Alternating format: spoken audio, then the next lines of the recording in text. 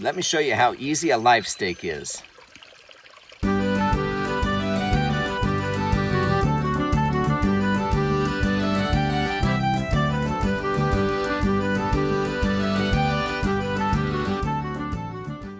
All right, we're going to talk about the power of plants, but a live stake, this is how easy a live stake is.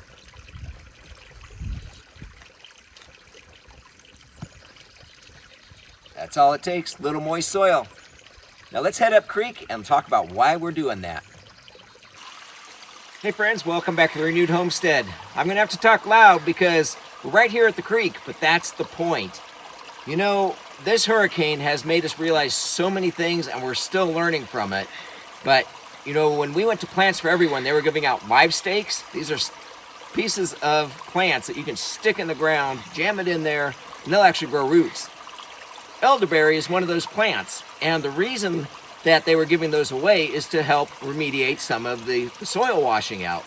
Well, Denise is actually standing on a rock in the creek, and if you look, this elderberry's here, it's right in line with all the water that we got flowing through here, and I'm going to take you down in a minute.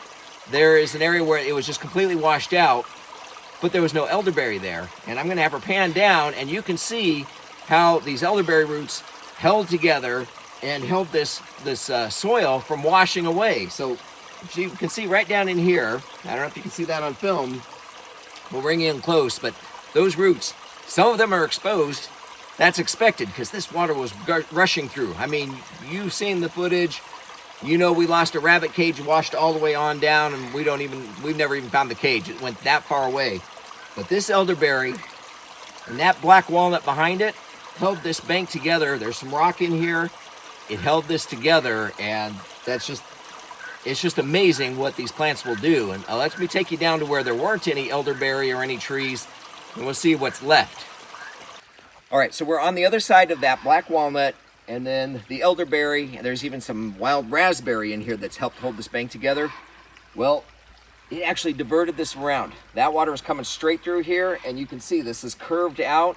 It diverted the water. That's how tight those roots held this. You can see there is fencing down in here that's washed out from up there. More of the aftermath that we're still trying to clean up and have not got to.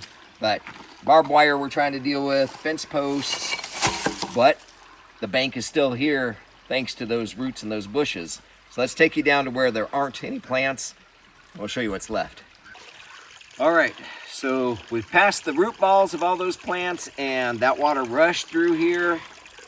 And you can see we didn't have any plants, any bushes, any trees, nothing. This is the debris because the water was this high and beyond. It was actually rushing through our pasture right behind me here. And you can see our fence posts, we've had to move them once. We're gonna have to move it in again because this is still crumbling away because there's nothing grabbing onto it. That's why you see a live stake. That is another elderberry live stake. We've planted several along this edge because this is where the water's coming back this direction. That's on the outside of that curve.